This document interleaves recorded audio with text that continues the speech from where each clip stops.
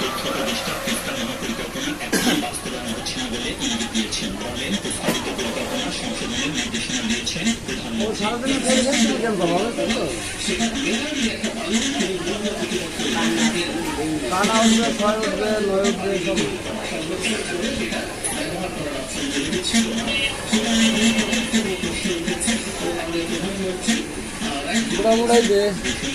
মন্ত্রণালয়ের 3 মাসের কার্যক্রম তুলে ধরা হয়। এ সময় তথ্যমন্ত্রী বলেন, অপসাংবাদিকতা ও গণমাধ্যমে গঠিত হচ্ছে কমিশন। আপনাদের সামনে আপনাদের সকলের স্বার্থ নিশ্চিত আলোচনা স্বপ্ন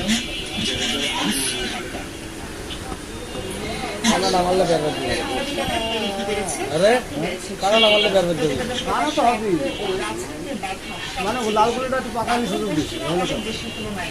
বাংলাদেশের অবস্থান ভালো বলে মত বিদেশি বিশেষজ্ঞদের বলছেন। বিশ্বের অনেক দেশে অনেক মিডিয়া যেখানে ব্যবসা মিটিং আছে সেখানে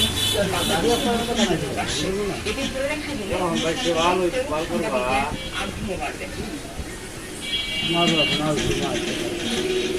সাংবাদিকতায় শব্দের ব্যাপকতা অনেক। এটি সংবাদকর্মীর গতানুগতিক কাজের চেয়ে আলাদা। এখানে ভাবতে হয় অনেকটা গোয়েন্দা বা অপরাধ বের করে আনতে হয় খবরের পেছনের খবর, যা আগে কেউ শোনেনি বা দেখেনি।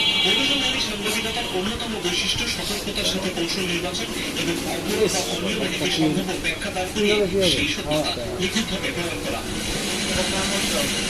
সংবাদপত্রের স্বাধীনতা সূচকে ভালো অবস্থানে নেই বাংলাদেশ। তারপরও দেশে অনুসন্ধানী সাংবাদিকতার প্রবণতা বেড়েছে। মূলধারার পত্রিকা ও টেলিভিশনে আলোচনা প্রতিবেদন তৈরি হচ্ছে একের পর এক। ছেড়ে কথা বলছে না ডিজিটাল প্ল্যাটফর্মও। বিদেশি সংবাদ মাধ্যমের সাথে কাজ করছে দেশের গণমাধ্যমকর্মীরা। বেরিয়ে আসছে শিক্ষা, স্বাস্থ্য, পরিবহন, ভূমি, রাজনীতি, অর্থনীতি ও বাণিজ্যের নানা অনিয়ম। সদ্য শেষ হওয়া বাংলাদেশ জার্নালিজম কনফারেন্সে এসব কাজের ভূয়সী প্রশংসা করেন বিদেশি সাংবাদিকরা।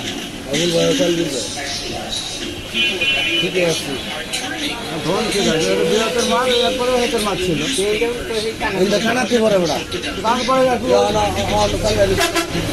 তারপরে একটু হলুদের চাল ছিল নাকি আমি কানাডাতে স্টেশন আর খবরের কাগজ বন্ধ হয়ে যাচ্ছে। এখানে আগে 3টা অনুসন্ধানী শো ছিল, এখন সেখানে মাত্র 1টা। কিন্তু বাংলাদেশে নতুন নতুন টিভি স্টেশন আসছে, আপনাদের অনেক অনুসন্ধানী শো আছে। আপনি সাংবাদিকতার পেছনে বিনিয়োগ করতে রাজি থাকেন, তবে এটা আসল শক্তি যা অন্যদের থেকে আপনাদের আলাদা করবে। বাংলাদেশে এই ধরনের সাহসী সাংবাদিকতার গৌরবময় ইতিহাস আছে। এটা কেবল লোক দেখানোর জন্য নয়, বরং যেখানে পরিবর্তন দরকার সেখানে অন্ধকারে আলো ফেলার